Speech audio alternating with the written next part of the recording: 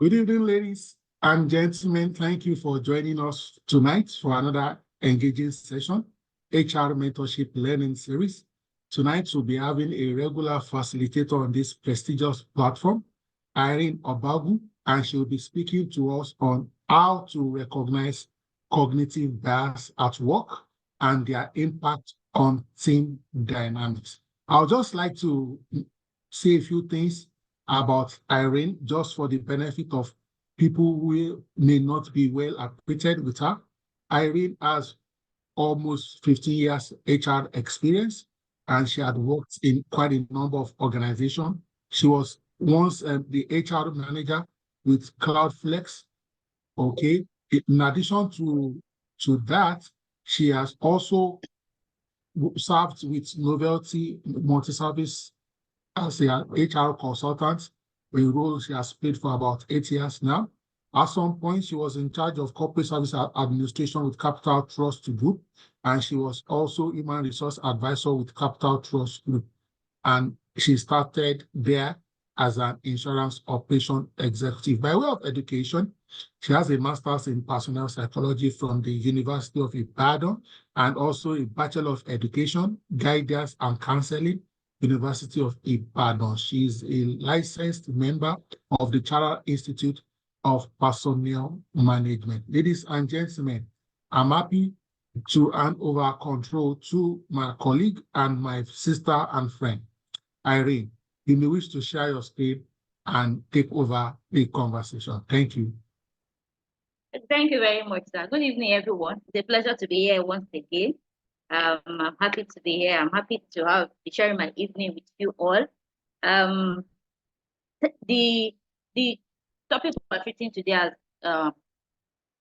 perfectly introduced, is one that anything psychology, so I'm passionate about it. So today, we're going to be looking at the things that we don't even realize that we have. We all have cognitive bias. So today we're going to be looking at them, and some people will be thinking, oh, I'm not biased. So in the course of our conversation, we'll get to know whether we are biased or not. So thank you once again. Thank you for joining me. Like I like to start, I like to be sure that we're together. How are you feeling today? I'd like to see some emojis. Just anyhow, you're feeling happy, just drop some emojis. Let me be sure that we are together. I like to be interactive because I'm just here to facilitate. I am not an expert, but you know, I'm here to learn and relearn from everybody. Yes, PVO Oladojo is happy. Yes, I can see that. Please let's have them coming. Let's have them coming. MA Adejibaye. Thank you. So at least I'm sure that you can hear me clearly and we are together. Oh, upbeat. Thank you. That's nice. That's just how to feel. Well, I know they finish like this. Thank you. Okay, so without wasting time, I can say that okay, so today we are looking at how to recognize cognitive bias and their impact on team dynamics. So cognitive bias is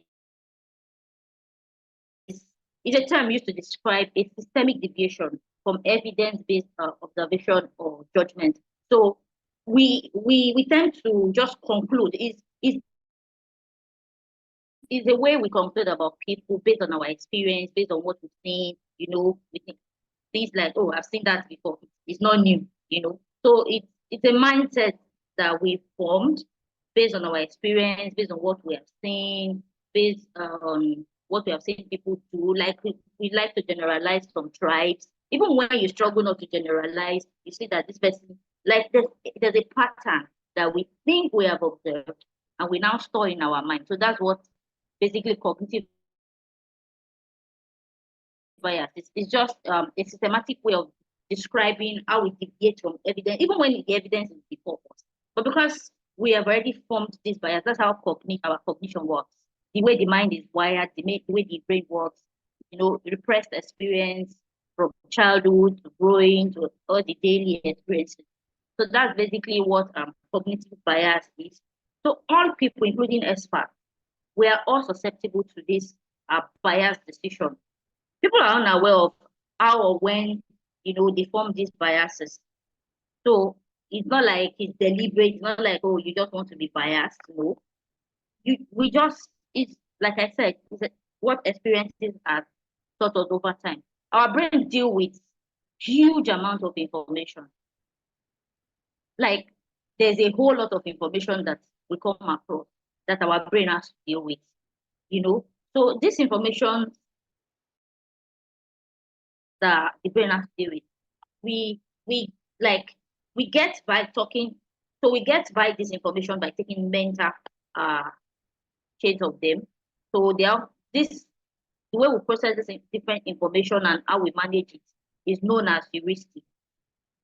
Some heuristic acceleration thought process, they form our conclusion. They form the basis upon which we conclude about certain things.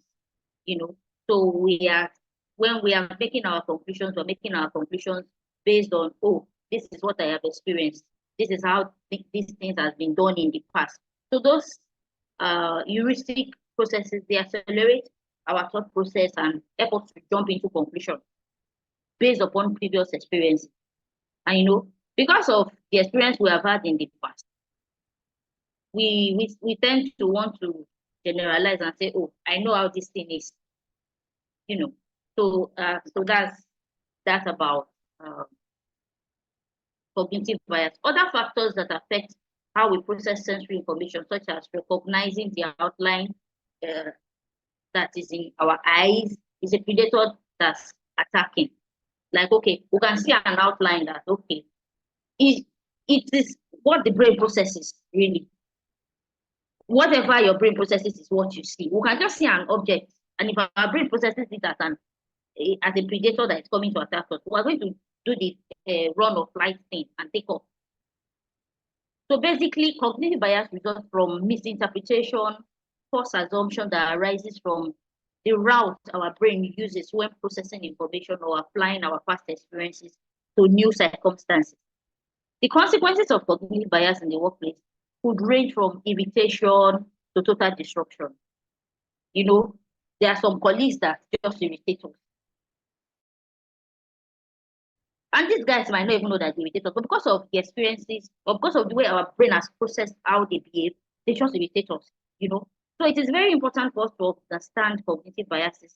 Understanding cognitive bias is crucial in building healthy working culture and running a successful business, especially when it comes to hiring. Especially, I'm going to hammer on this one, when it comes to hiring, talent retention, and teamwork. Because we deal with different kind of people, especially in talent acquisition, when we want to conduct interviews. And sometimes, because of the cognitive bias that we have formed, subconsciously, we tend to judge some candidates based on what we know or based on what we have seen, or, oh, it's not today I started interviewing now, I know this pattern. But it might not even be what the person means or how the person is behaving. So that's basically cognitive bias. So what are cognitive biases? Yes, I've sort of touched on that. It's a deviation from what occurs in the thinking process, But the thing is, why do cognitive biases occur? Because if we don't understand why cognitive biases occur, we will not be able to know how it is affecting our team. So we're going to be looking at why cognitive biases occur tonight. So why do they occur? So cognitive, the answer is because our brain has limitation in processing capacity and doesn't function like an algorithm. We are not a computer, Whereas a computer can process the endless amount of data, a human brain is limited in the amount of information it can structurally process simultaneously. It simply can't identify, process, analyze, and understand, visualize every single bit of information it is presented with in a systemic and rational way. So our brains are not like computer that, okay, you have programmed the computer to respond this way. You have programmed the computer to know that, okay, this is the answer. No, our brain, we're rational people. Our brain will first of all analyze, try to understand, try to visualize, okay, this is how it is, this is not how it is, you know. So the reason basically why cognitive biases occur is because we are not computers. Like we are not programmed like, okay, this is how we must reason, this is how we must respond. No, we are rational people. Our brain functions, our brain processes and analyzes a situation, and based on what how we visualize, that's how we take our decision. So the information processing limitation of the brain is called bounded rationality. Like I did say, we're rational people. So we tend to analyze a lot, tend to want to understand, we tend to want to visualize what we are seeing and how we are seeing it. So bounded reality and is the reason why our brain is limited, you know, in processing these things because it's not being programmed. And what these are what causes cognitive bias. Bounded rationality leads our brain to take mental shortcuts in the way it processes information.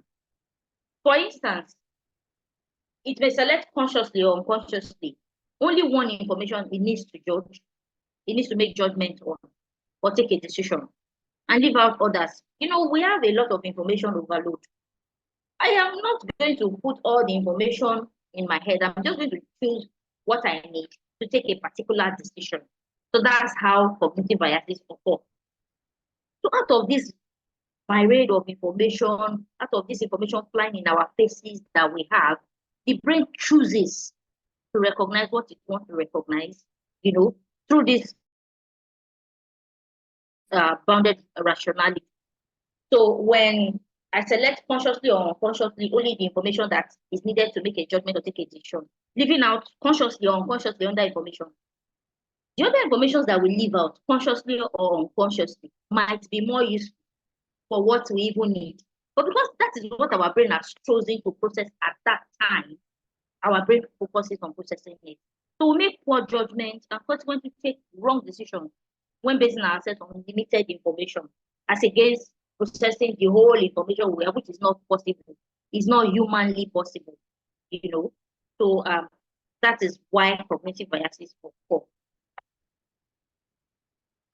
So that takes me to the next one, 5 instances of cognitive biases in the workplace and their effects.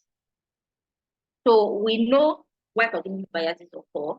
We know why we need to understand cognitive biases. But there are some cognitive biases that we also need to recognize that happen in the workplace. You know, the cognitive biases that we need to recognize that happen in the workplace have been outlined here. So number one of the 5 cognitive biases we need to pay attention to in the workplace is that it's confirmation bias. So how does confirmation bias happen? Confirmation bias happens when we have a deep-seated conviction that we focus only on evidence that confirms our beliefs. You know, if confronted with contradictory data, anyone who is struggling with confirmation bias is likely to ignore completely or alter their perception to confirm their beliefs. So what this means is, look, I have confirmed this thing. This is how, like I did say when I was starting, we have a way of generalizing tribes, a group of people. In fact, generation like Gen Zs, you know, we just have a way of generalizing how these people behave. That's because we seem to have confirmed it. Like, there's nothing you can tell me. This is how they behave. This is it. You know, like I used to say, I don't have a problem with Gen Z because I have a lot of them. So this confirmation bias, it happens in the workplace where you just know that even when you are confronted with contradictory data, anyone who is strongly with cognitive bias is likely to ignore it. Like you can't come and tell me this is what I know. You know, it's not today I started doing this thing, not today I started encountering these people. That's how cognitive bias works. Even when they are presenting data, like they are presenting facts to you, but because you are convinced in your mind, like your brain has registered it that this is how it is. There's nothing that can change that.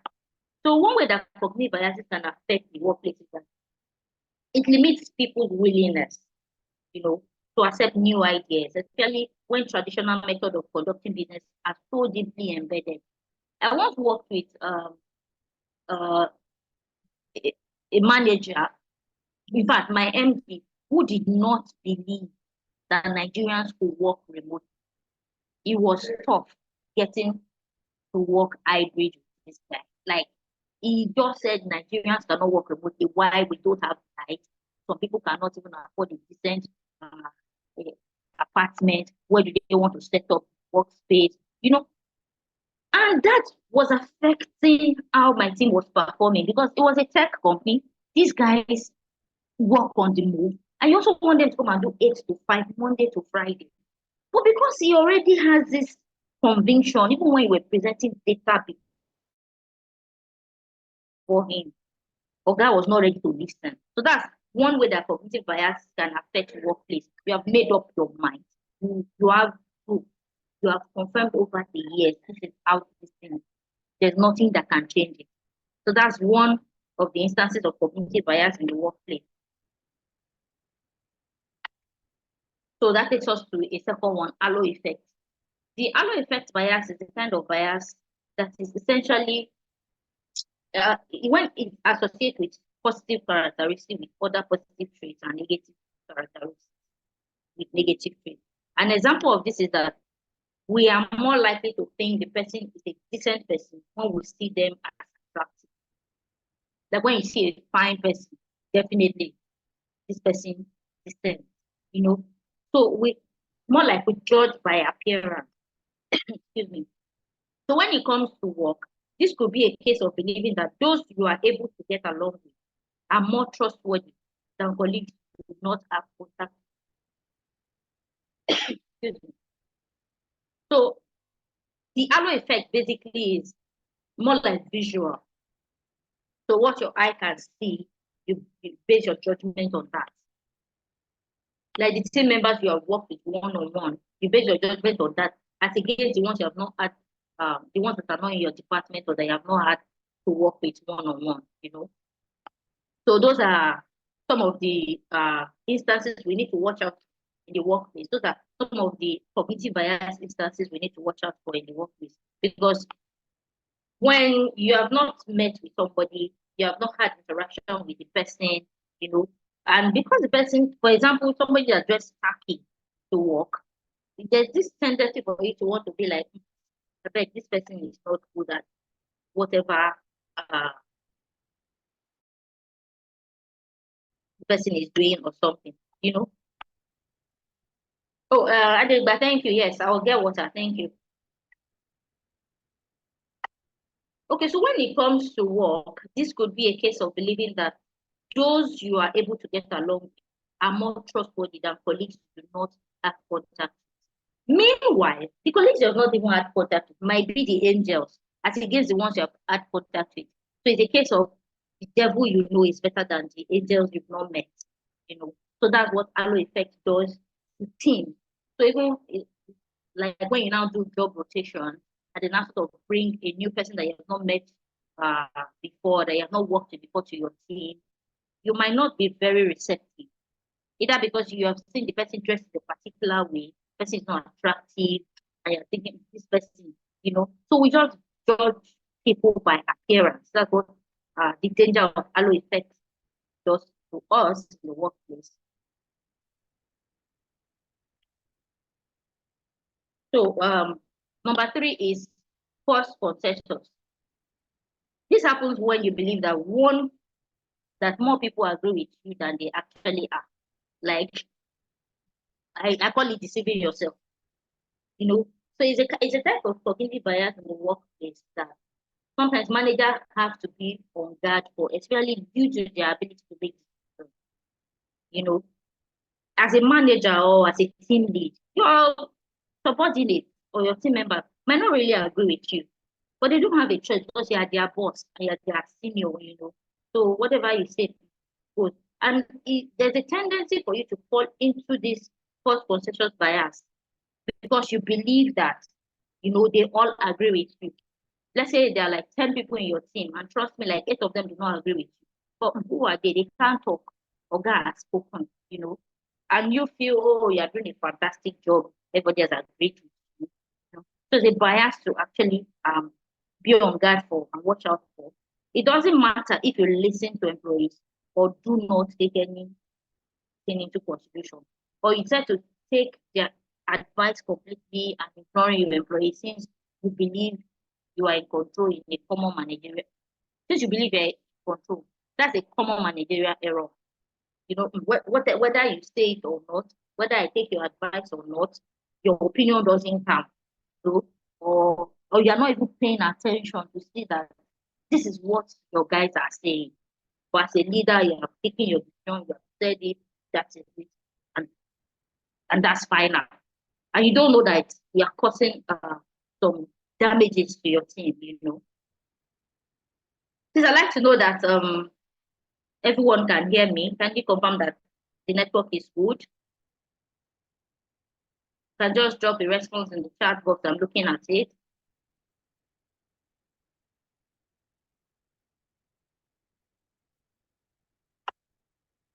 Okay, so the first one is observer actor bias. Oh, okay, thank you, thank you. Okay, thank you, thank you. Didigba, thank you. Good to know that everyone is hearing and we are flowing. Thank you very much. So the number 4 instances of cognitive bias in the workplace that and how it affects our workplace is observer/actor bias. Put simply, we look differently when we look at things based on whether we are an actor or we are an observer. It's a case of there are some images where they show a cup is half full or empty, depends on how you see it. There's some figures that can appear to you as 9 and appear to another person as 6.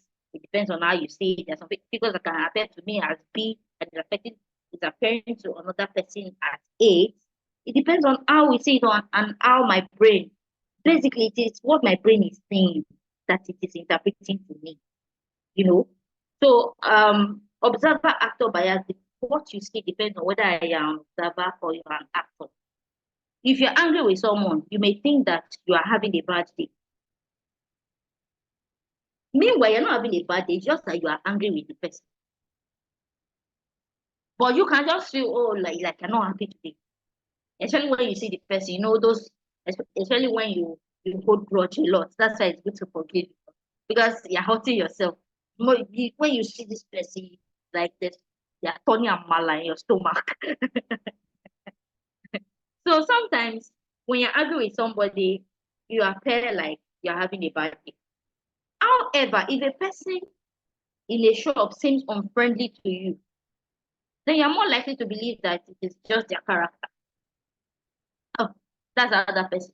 But you don't even know what that person has seen. You don't know whether you're even the one annoying the person because in the first place, you were already having a bad day and you went there. But once you get like just enter a shop and somebody's unfriendly to you, you feel like that cashier is bad manner, you know. Like I always say, this saying that first impression lasts longer, or what do people say? For me, maybe because people say I make excuses for behavior, maybe because I am a psychologist. If I meet you for the first time, I don't believe that is you because in the first place, I do not know your mental state at that time. I don't know what you're passing through. I don't know if you were upset, if you were having a bad day. So I am one of those people that don't believe that first impression is what I should use to judge somebody. Because I understand the human emotions. I understand that this person might not be at their best at that first time I'm meeting that person. You know? So it is also very important. I am more of an observer. I am trained to be an observer, actually. As a psychologist, you're trained to be an observer. You're meant to observe before you take decisions and all that. But some people are actors. They just act on, this is what I have seen, and that is it. You know, this is even extending to how we evaluate our co-workers in comparison to us. If you're on leave from your job, you are aware that you need it. If a co-worker is doing the same, you would think that they are just skipping because of boredom, you know. That's why some people, when they are on leave, they still will not face their leave because they believe that this person is not doing it the way I should do it. This person cannot do the task, you know.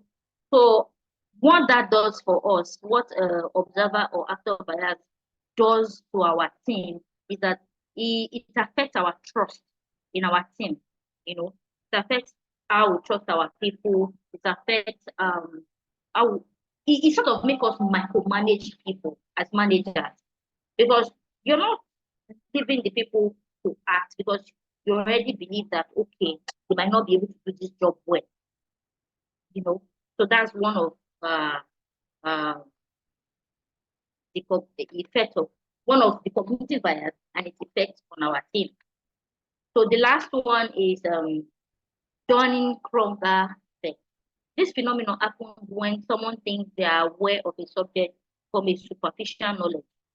Also, don't people believe that they don't people believe that they are clever? So it is you that is seeing them as dumb.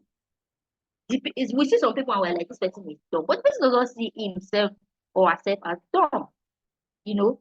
So some people also believe that they are clever because of this Dunning-Kruger effect. So what you are saying is what you want to see. They know that they are clever. It is you that see them as dumb, you know. So, but recognizing the amount of information you are not aware of is a good sign that you are on the journey to understanding. You know, that's being open. Okay, I'm going to use this Dunning-Kruger effect. I'm going to use a term that we would normally use in our general balance, oversabi or too low. So people that think they know so much, people that think that they are smart, when they are not even smart, but to them they are smart, but to others can see that they are dumb. So those kind of people that don't take corrections, they know what they know. There's nothing you want to tell them. They fall under this effect, especially when they are managers, you know. So there's a tendency for them to affect their team. For example, your company has a leader to help you, and assuming that you don't require their help, it is fast to get into shambles of things. You know, for instance, a CEO or HR director is deciding to use new technology with no consultation from IT because he believes that he knows. You are not an IT person. You want to use a new technology and you think there's no need to consult the IT guys or to bring in the IT guys because it's not just this HRIS, it's not just to install it and just schedule leave, schedule payroll and everything, you know. If you don't take advantage of their experience, it's likely that you will just increase the workload. By selecting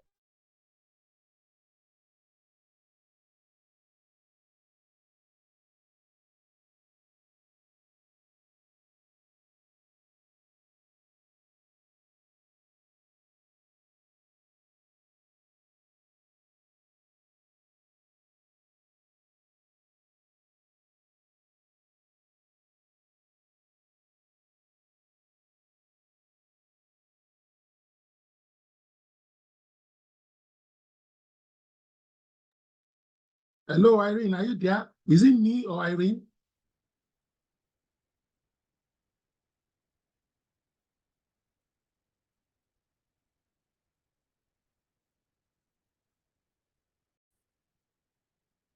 how even the dumb A or C smart. So there's nothing you can come and tell this person. This person takes decision by him or herself. So I was giving an example of, for example, a human resource director that wants to introduce HRIS that decides that there's no need to consult the tech department or the tech team or any tech guy. It's not just to work with your current system or not. So that's one of the problems that Dunning-Kruger effect causes for cognitive biases and our team. So you're not the one that wants to work with it, right? You have chosen it and you have handed it over to your team. Whether your team is able to work with it or they succeed or not, it's not your business because you are the boss and you're taking the decision, you know. So that is part of the problems that these things cause. It's how it affects our team. So I will be giving a classical example of how cognitive bias affects team dynamics. Because if we understand cognitive bias, we understand the different types of cognitive bias. But we also need to understand how do they affect our team. Yes, I know what I know. Nobody can come and tell me anything. I have confirmed it from experience. You know, we're not saying we don't have experiences that shape our decision or that form us as a person. What we are saying is we need to pay attention to how it is affecting our team. We need to know how our decisions, like if you are heady, stubborn, you have, your way is your way. You need to also understand that you're dealing with people. Like no identical twins are the same in behavior. So you also need to be able to understand that you need to know when to shift ground. You need to know when it is you that is believing that this is how this thing should work. So that's basically what we want to do. So I'll be giving us an example what to see how these cognitive biases really affect our team and how we behave, without us even knowing. We just think, oh, we are guiding our team to do the best, we're getting our team to do the right. But we also need to pay attention to how it affects our team. So here's a classical example. For example, Irene is a novice, sorry.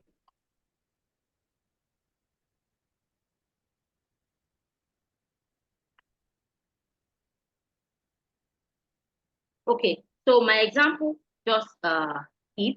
For example, you have somebody in your sales team, a new person in your sales team that does not know, like a fresh graduate that is just coming, and you just give this fresh graduate a task, and you just say, do a slide. We're having a presentation with a client, and and the novice does not even bother to ask questions. You're giving the novice a task, and you're this kind of manager that you're giving tasks. Go and find out you want to do it, learn on the job.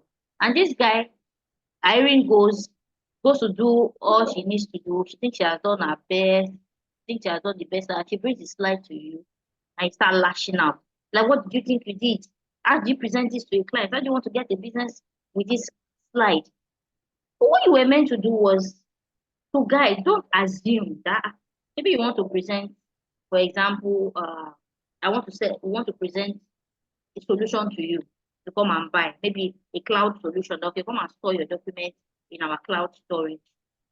You understand what the company does, no problem. You know what a cloud storage does, and your manager has given you an assignment. Go and do a presentation on how we are going to present cloud storage to these people. And you have gone to put in all the best, all the work that you think you have done to come and impress your manager, and you bring your manager, throws it at your face and like, this is trash. In the first place, there are some biases that have happened. One, confirmation bias, because in his head, he believes that you should know how to do this thing now.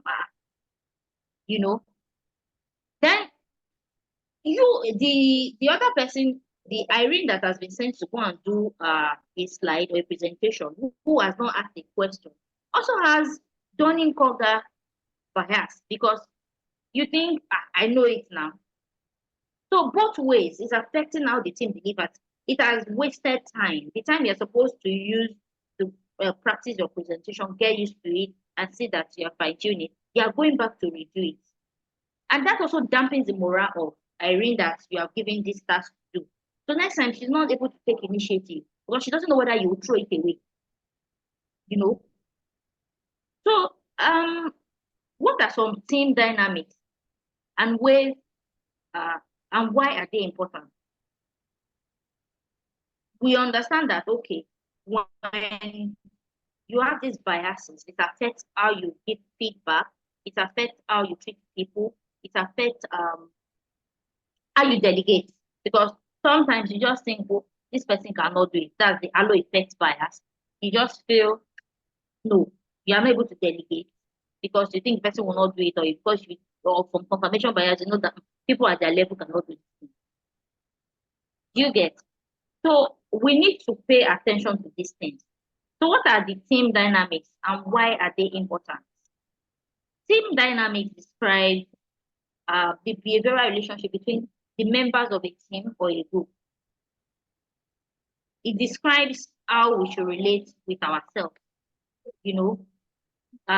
communicate, how we interact, how we communicate and cooperate, how well your team can do these things directly influence its accomplishments.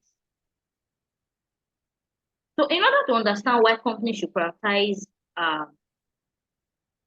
team dynamics, in order for us to understand why we should prioritize team dynamics, or positive team dynamics, we need to dive into the importance of what happens when these team dynamics are present.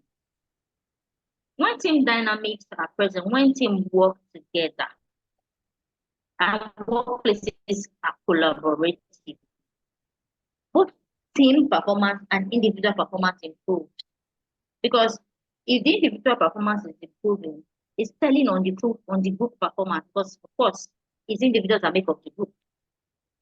So when individual performance is improved, that also improves our team performance.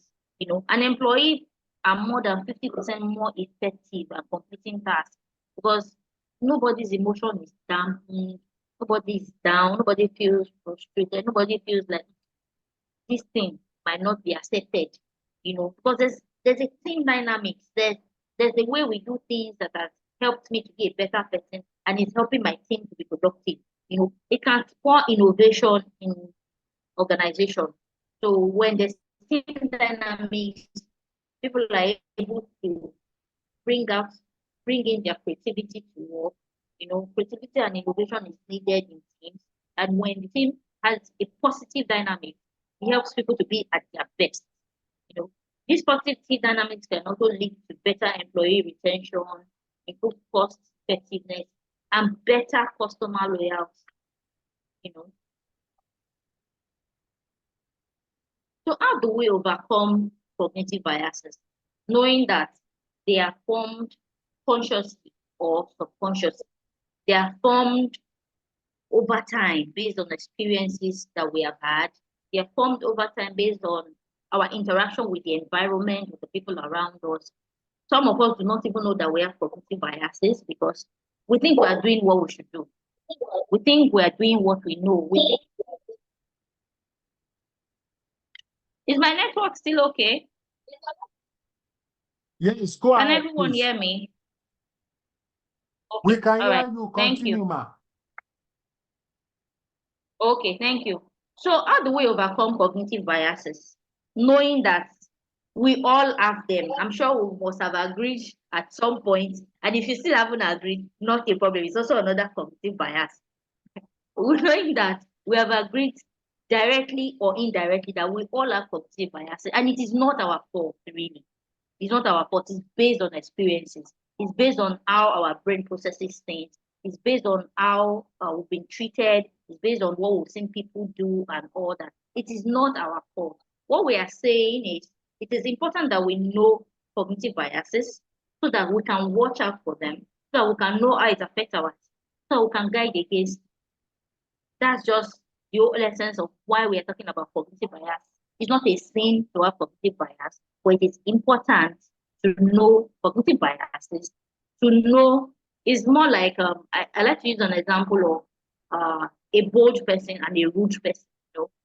Sometimes bold people do not know that there's a thin line between boldness and being rude. So they don't even know when they cross the line. So when you're drawing their attention that you were rude, that I know. So that's the way cognitive bias is.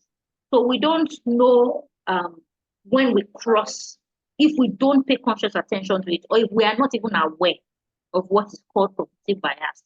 So the whole essence of today is to open our eyes to be aware, then we can know more about cognitive bias, but we can't even exhaust cognitive bias here.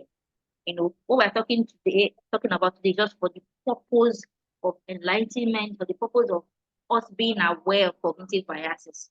So how do we overcome cognitive bias? Drawing from our initial example, let us look at ways we can overcome cognitive bias. The initial example of where I used myself, Irene, as an example. You are giving me a task. You believe that I am a graduate. I have started working. I should be able to do a slide. I know this business. I know what my company does. And now I'm going to sell it to somebody. I freaking go and do it, without telling me the things you want to see in the slide. without telling me this is how you want the slide to look. You know, it's easier on me if you tell me, look, go and do a presentation. I want to see A, B, C in the slide. As against when I now go and use my own experience or my own knowledge to do it, and you trash it, you know. So we need to really know how to draw, how to overcome this. So I'm going back to the example of the importance to clarify to Irene what the objective of the task is. Yes, you want me to go and do a slide for us to sell our product, but as a manager, you should guide me because I am a novice. So explain to me that, okay, this is the objective of the task. Explicitly highlighting these objectives from our example, what competitors are doing, why and where they are doing it, you know. Because if I want to sell something to you, I should tell you why you should come to me. And if I want to tell you why you should come to me or why you should buy from me, I need to understand what my competitors are offering. I need to understand how they are doing it and where they are doing it. And I've got to do a slide for my manager. My manager is not seeing that in my slide. Because in the first place, I didn't know. I just thought, okay, let me just go and do a slide. Okay, yes, we are hiring and computer company, we sell cloud computing, want you to come on our cloud platform. And my manager is like, what are you talking about? You have not given me reason to come. You get? So what I'm still referring to the example. So what the manager should have done here is to have explained explicitly to hiring the novice that, look, I need you to go and research what our competitors are doing, why and where they are doing it, how this is potentially endangered business of the company will help the novice understand the task complexity. So when I understand what my competitors are doing, why they're doing it, how they're doing it, it will help me to understand the complexity of the task you're doing. You know, you may also want to provide Irene with a sample of some of your previous competitor analysis presentation, you know, because this is a presentation you are doing to investors or to clients that you want to come on board. It's not the first time. Irene is the novice, you are the manager. So you obviously have done some in the past. So in that case, instead of just sending Irene that go and do a presentation for us to do this and this, it would have helped if you had given Irene some templates or you had given Irene some of the presentations you have done in the past. Another second way to overcome this is, as a marketing team expert, you need to set quality criteria Irene must follow. Not that you just tell Irene, go and do a slide, we're presenting to a client. There must be some criteria that you have set that Irene should have followed, you know. For example, in your slide, you can say, I want to see a pie chart.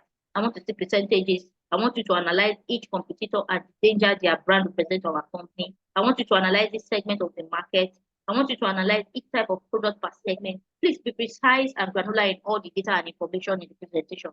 You have made the work easy, and you have also given courage to Irene. Am I trying to say something?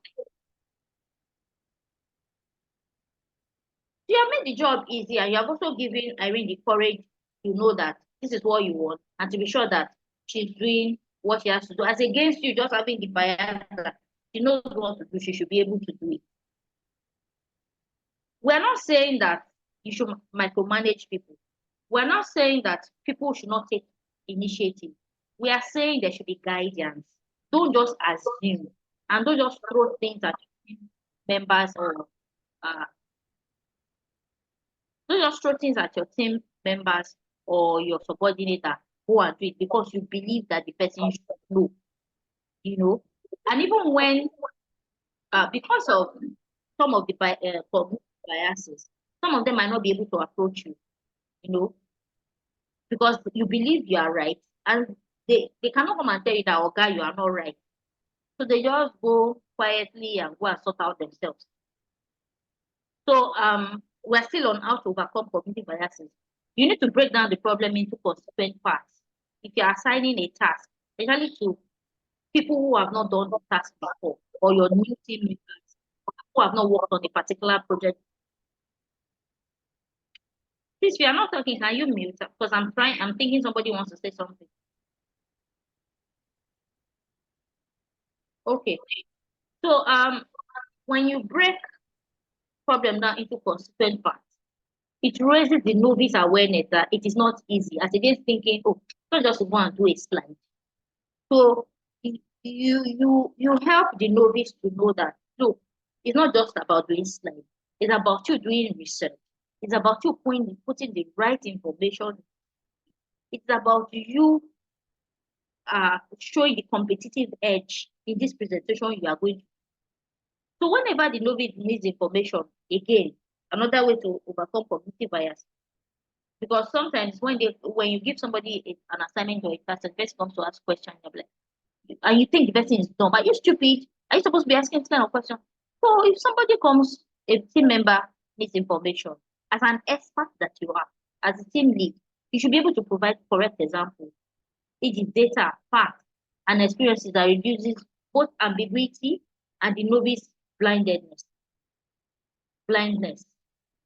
You know. So you are basically helping your team to be more effective by learning to overcome your cognitive bias. Don't insist that this is how this thing should be done. This is how you know it to be done by experience. No, it is important that we know when we are being biased.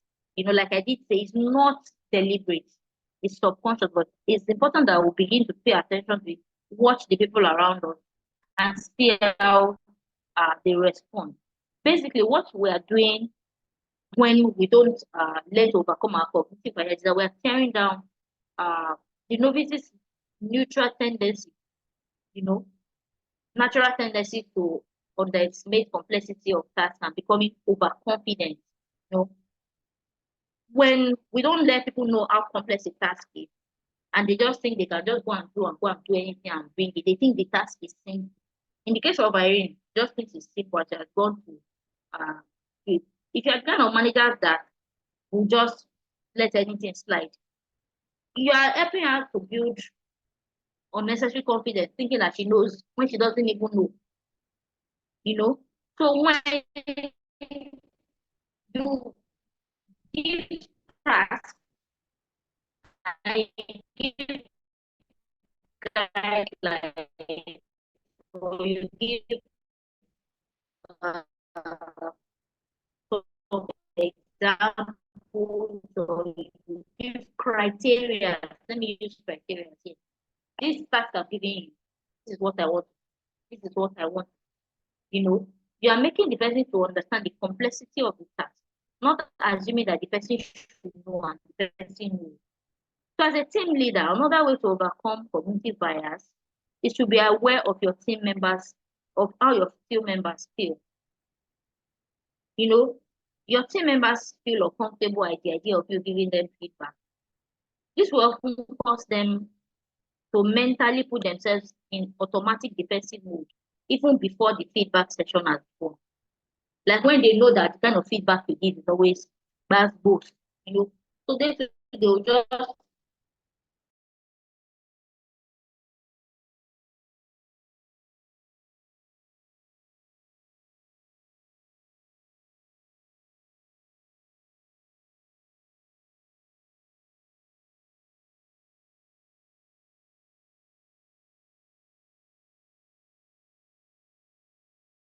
so because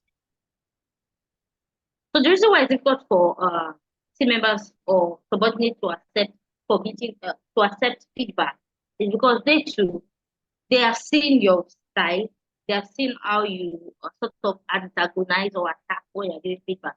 So before the feedback session starts, they are prepared to be like to be defensive. They may not be defensive by talking back at you, but you're not they're not accepting your feedback. So you're not making them any better. As a team lead, if you don't pay attention to your cognitive bias, they just already have this defensive mode activated in their head. They'll be in your feedback session. They'll be in your feedback session. They'll listen to you talk. And once you are done talking, they will go back and continue their day. So I was saying before the network went off, the reason why this is happening is because even the people you're interacting with, they're social beings. So there's need for social acceptance.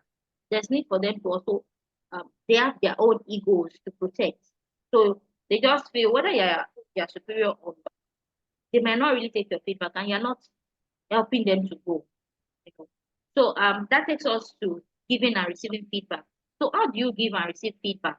If we say that the way your cognitive bias affects your feedback section, so sometimes the feedback session can come as, you are just badgering people, you are just slamming everybody, but for you, you are saying it or you're doing it to make them better. But you see that they are zoned out, basically. They're not listening to you. They're just there because they don't have a choice. So it is important that we know how to give and receive feedback.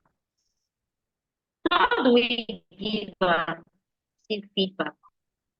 The idea is to reduce any fear of rejection by well-structured feedback, if and to the fact and data rather than personality.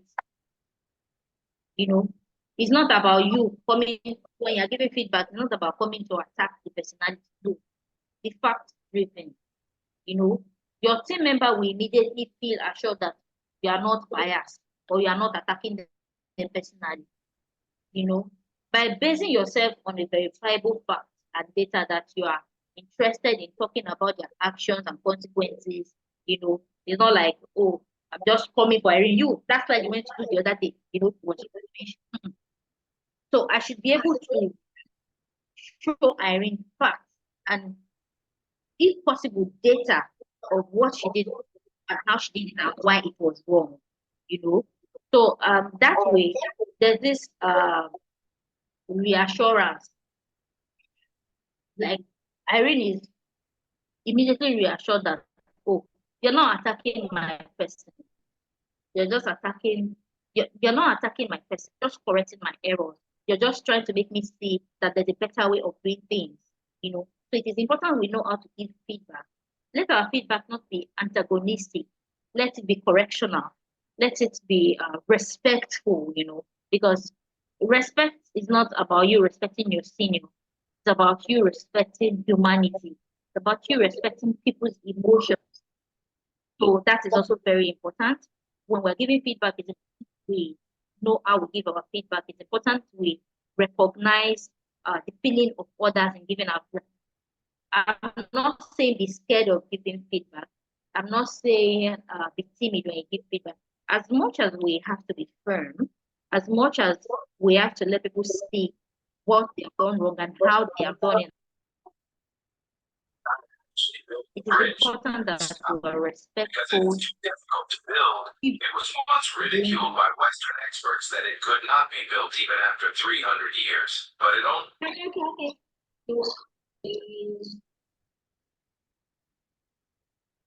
Thank you. Okay, so I was saying, so when you give feedback based on facts, evidence, the person says that, oh, you're not attacking my person. It's not about me.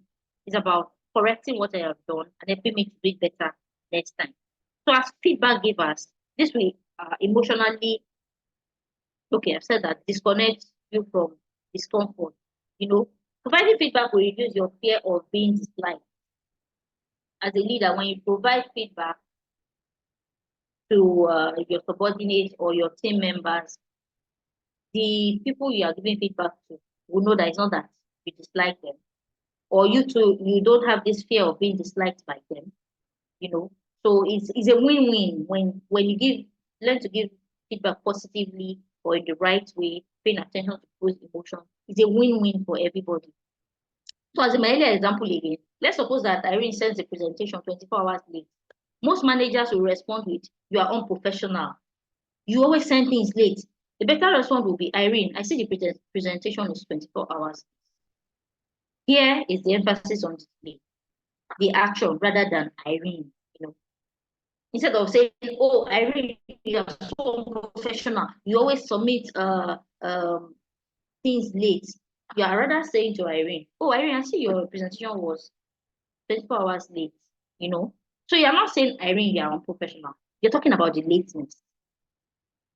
So your emphasis is on the delay, not on the action or the delay of the action rather than on Irene herself.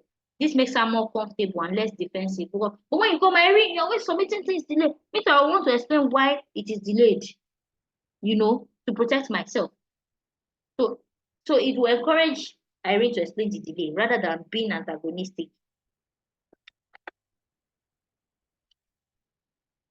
So still on giving and receiving feedback, a second example is the team leader should explain to the team member how their behavior, action, or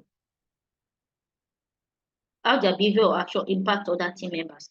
Another way to tackle delay, for example, would be to say to Irene, it is important that you deliver presentation on time, because if you don't, it impacts the other team members who need this information to be able to launch the product in the market.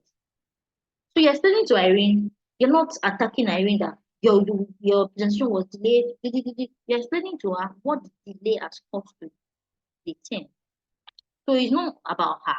It's not that, okay, the delay is anything to do with her. It's something to do with team performance, team results. Again, you disconnect the individual from the situation. You tackle the situation.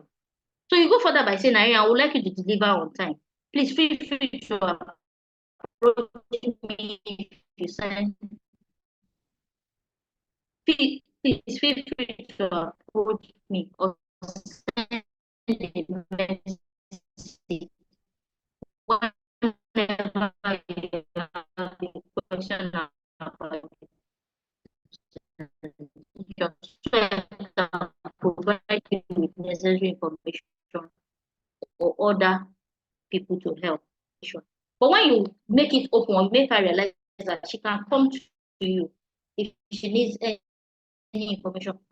So there won't be any need for her to delay. Once she notices that she's struggling, she will quickly reach out to you. Okay, I'm having issue with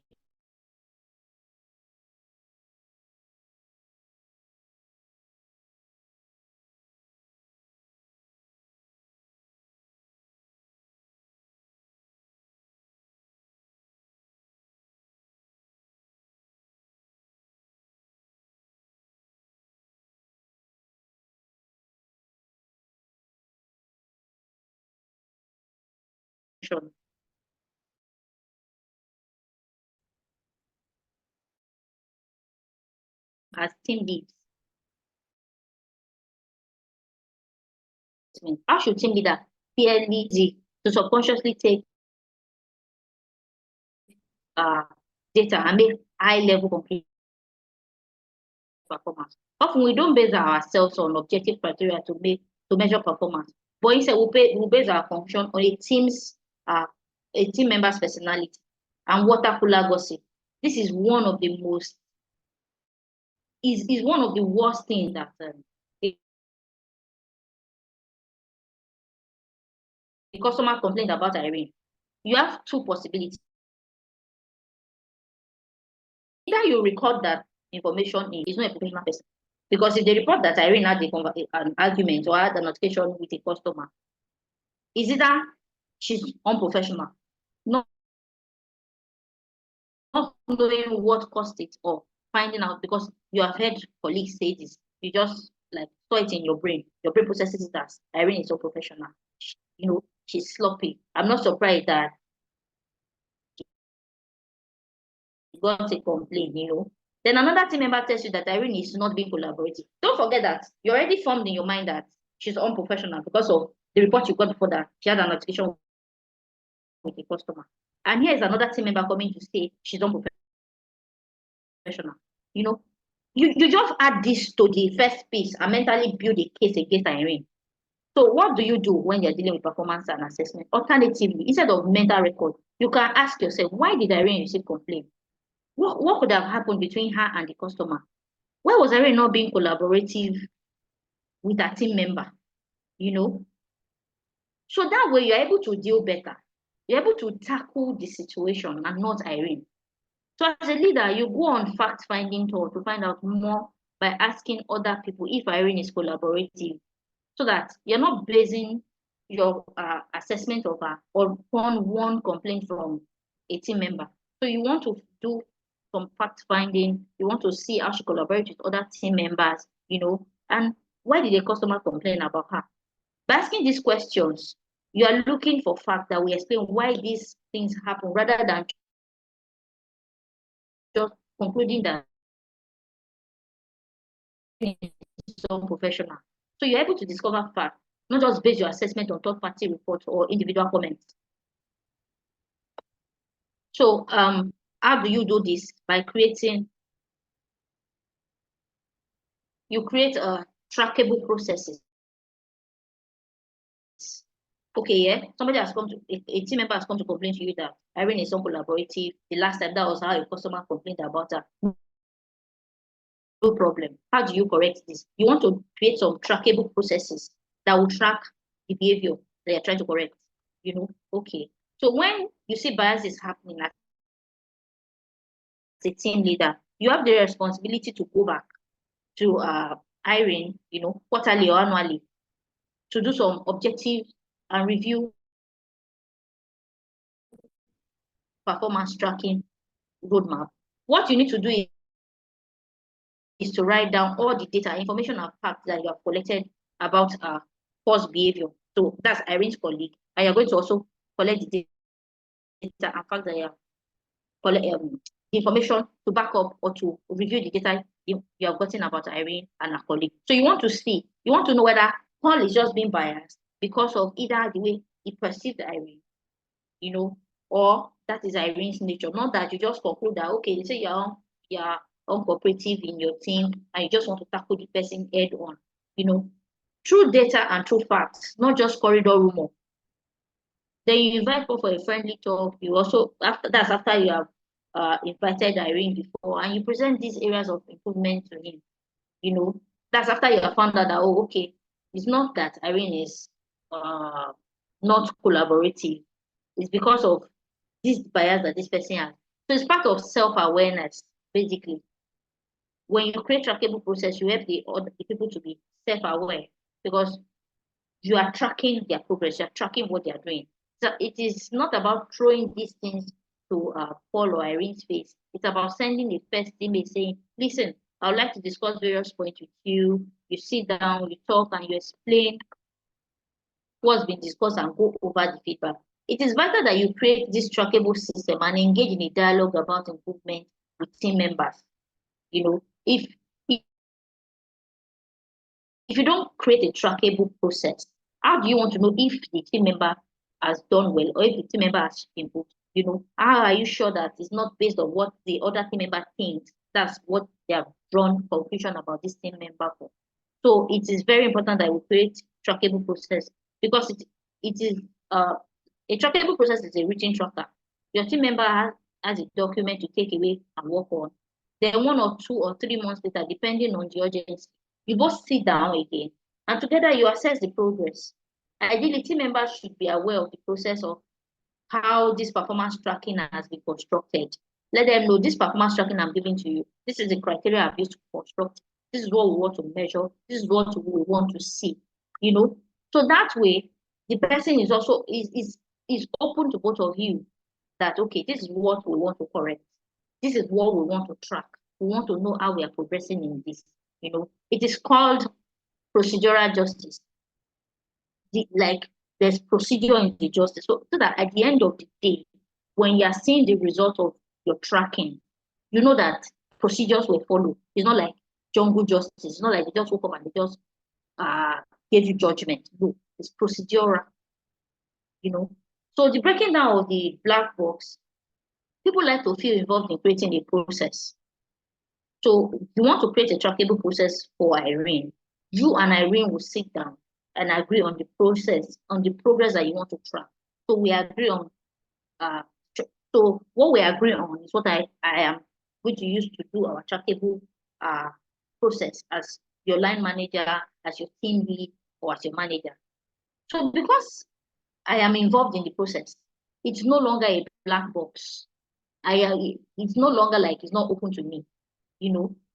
even if the outcome is negative, I was involved in the process. It's not like I don't know what we wanted to measure. It's not like I didn't agree to the criteria of what we're measuring. I was involved. So it's not dark to me. It's not a black box to me. So that will make me more willing to accept my non-performance, as the process will clearly show it. It's not like, okay, you just came from the blues and you're just attacking it. No, we tracked this process. We tracked this progress. We agreed on what we were tracking, and the result is clearing. So staying open-minded and being self-aware is also very important when we want to deal with feedback and assessment. We again experience our mind learns patterns of functioning. This is called pattern recognition. We recognize the modus operandi, work processes, ways of collaborating with colleagues, people's personality and preferences, etc. We build a picture of reality based on our experiences. With pattern recognition comes emotional tagging, like a tag on Facebook, the way we tag people on Facebook. So there's what we call emotional tagging. When we recognize our pattern, then we're able to tag our emotions or tag the emotion of others. We tag all the emotions, positive or negative, that go hand in hand with the pattern. So we have understood ourselves, we have tracked the process. So I know that, okay, this is my negative pattern, this is my positive pattern. That way I'm able to know what to correct and how to correct it. So we think of all the collaborations we have had with our previous colleagues, all the successes and failures we have had in our job, our previous job. We have created joy, fear, pride, etc. Pattern recognition is a cognitive bias. Emotional tagging is an emotional bias. They operate together. Remember, cognitive biases has to do with our cognition, the way we process things. So the way the former colleague made me feel, I've formed a bias about it. The way joy, the fear, everything I feel, even though the person actually was not responsible for the joy, I'll tell the person as good. If the person that is not responsible for my fear, I'll tell the person as bad, So this pattern recognition is very important for us to be able to stay open to receiving and giving feedbacks, So cognitive bias and emotional tagging, they operate together. I think I should do something on emotional tagging sometime. Okay, so when we go to work in another company, remember we have left our previous company with this emotional tagging. Emotional tagging and cognitive bias, they work hand in hand. So I've left the former organization. I'm going to another organization. When I get there, I encounter a colleague that has behaved in a particular way that they have formed, that they have tagged emotionally. Then I go to the new workplace in another setting. Then it is why it is important to stay open. It's so that you don't fall into the trap of expecting the same pattern to occur, because you will not be working with the same people. You're not working with the same person. You will not collaborate in the same way. You will not work on the same project. You will not be doing the same type of task. You will experience the same type of success and failures. Normal.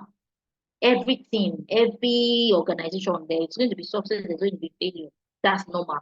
We can't take that up. But don't forget that you have left your previous organization. You have had some emotional taggings. You have formed some cognitive biases, which are taken to the new organization. What I'm drawing your attention to is, do not always remember that you're not working on the same task. You're not working on the same project. You're not working with the same set of people. You're not working in the same group. So it is important that you keep an open mind in the process of receiving and accepting feedback. Are you going to experience failure or successes? Yes, it's normal. So therefore, you experience different joy, different comfort, different disappointment, knowing that all these biases and mind distortion exist will help you overcome falling into pattern recognition and emotional tag. That's basically what I'm saying. When you know that all these biases exist and there's this mind distortion that these biases cause, it will help you to overcome falling into pattern recognition and emotional tagging. Because at the end of the day, while we are having emotional tagging and having our cognitive biases, is because of pattern recognition.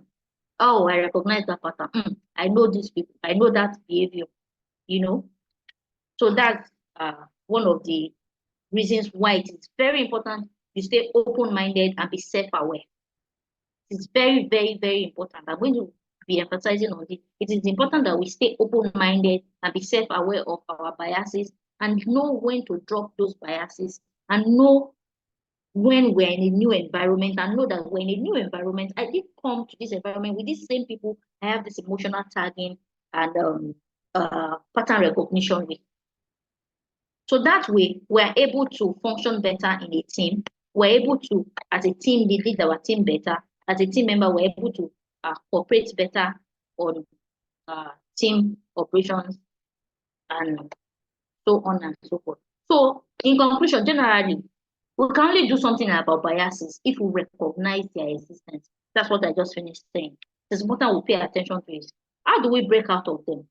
This will help us become more resilient and better future leaders. Cognitive biases are significant because they influence how individuals perceive and interpret information. That's what we have been saying since we started. Cognitive biases, why we need to pay attention to it is because it affects how we perceive and interpret information. You know,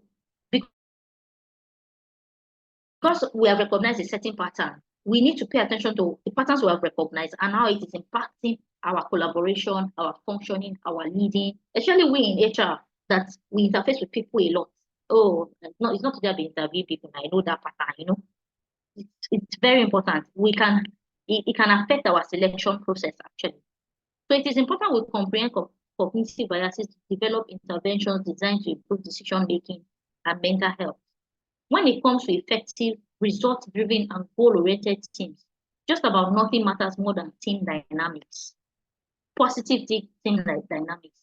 If leadership is strong and the business model is solid, an organization will have a lot of trouble accomplishing its goal if team dynamic is poor.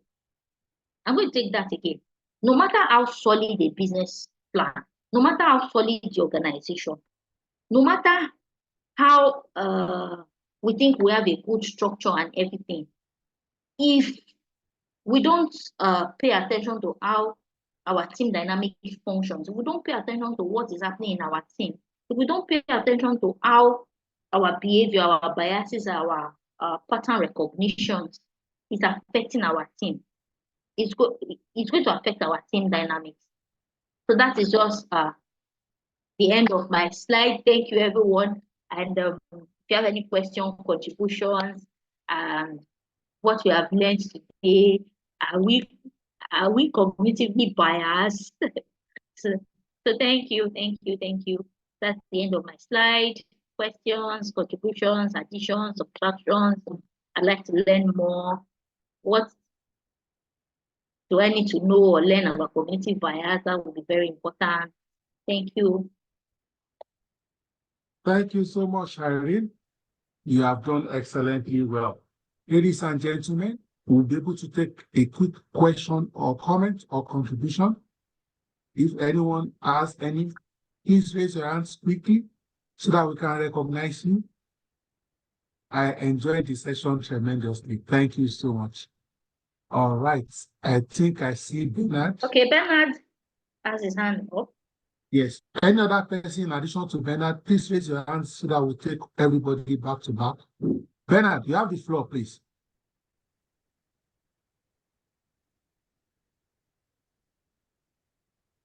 I don't know if Bernard is talking, but I can't hear him. Bernard, we can't hear you. You are talking. Hear me now. You are the place where you are jamming. Eh? So you are grooving. That's good. Jamming bias. Can you hear me now? Yes. Yes. Yeah, I want to. Is it possible that as humans, is there a way that we can try to eliminate biases in our being? Because when biasness, I think it's a human nature. So is there any way we can do without it as human beings? Okay, so I'll take that. Like I said in my presentation, the only way to eliminate bias as human beings is to be self-aware and to be open-minded. Be self-aware. Know that you have this bias. When being open-minded helps you to take people's feedback, process it, and see how you can be better at what you do. Like I did say, bias occurs because of the way our brain functions. It is not our fault that we have the bias. What we are saying is it is important that we identify the bias and know how to guide against it, or know how it affects others. When we know how it affects others, we're able to work on it. It's basically, everybody is basically work in progress, which is why I ended with to be open-minded and receptive. I don't know if that answered your question, Bernard. It has. So Lola.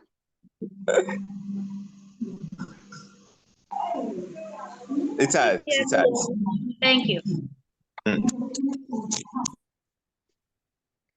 Good evening, everyone. My name is Fumilola. Good evening.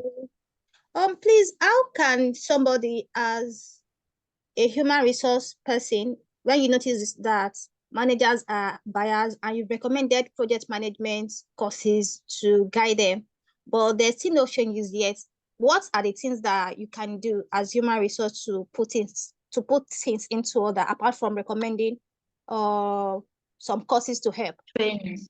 Okay. So I'm going to take that again. So as human resource professional, how in the first place did you recognize this bias? How did you communicate it to them? It's very important. So was it data driven? Was it fact backed? You know, I talked about tracking progress and giving and receiving feedback. So how you give the feedback is important. If they see data, proofs of how it is going is also important. And again, I did mention creating a trackable progress. So if you have noticed this, it is important that you have a one-on-one with the person that you have noticed is being biased. Agree on what you want to correct. Agree on the metrics, the measures that you guys want to see at the end of the correction. You know, so you have to sit down and create a trackable process together. I don't know if that answers your question. And I don't know if there's anybody that also wants to add anything to it. So do we have anybody that wants to buttress, add anything, ask more questions? Thank you so much. Thank you for your response. I think it's adequate. I think there's a question on the chat, and that'll be the last we'll take for tonight. Adediba says, Ma, can you help us in knowing how to set the KPI to know when we don't want to be biased, and also in helping our staff in dealing with bad attitude they display at work?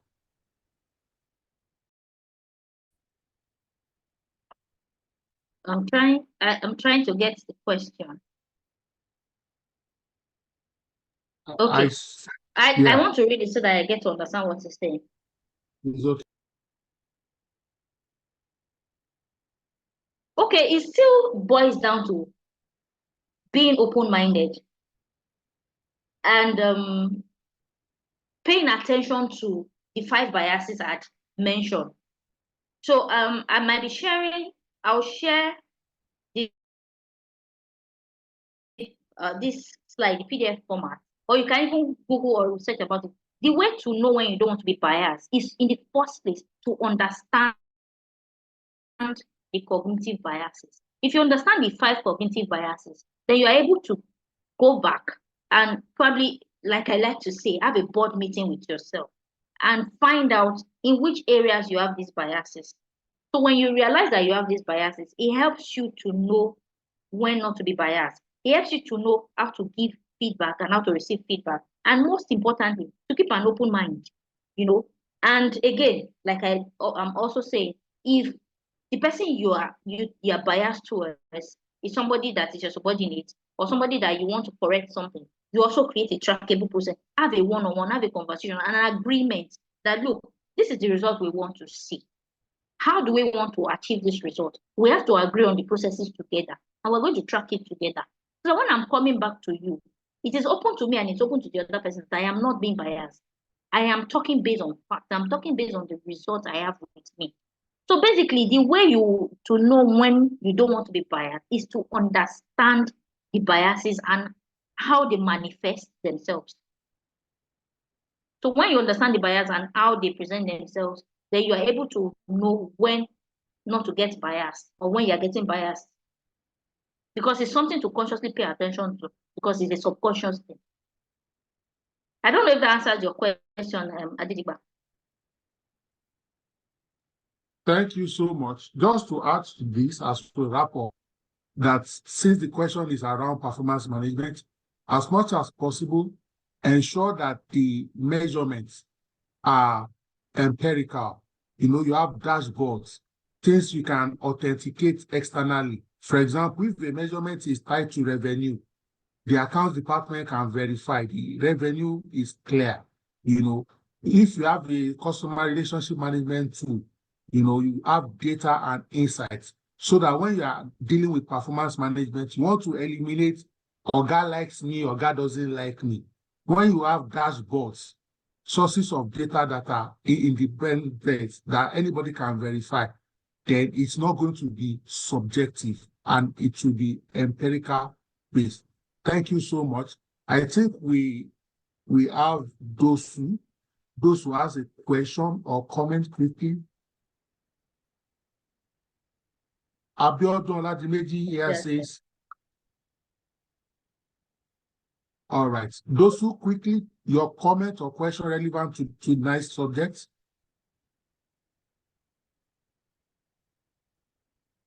Okay. All right. I would like to thank most sincerely Irene Obagu for this session. Thank you much for what you have done tonight. We appreciate you and we celebrate you. Ladies and gentlemen, I'd like to thank everyone who has also joined tonight for your time, and we appreciate you. Please, let's enjoy some rest as we prepare for a new week that started today, but the work part of it starts tomorrow.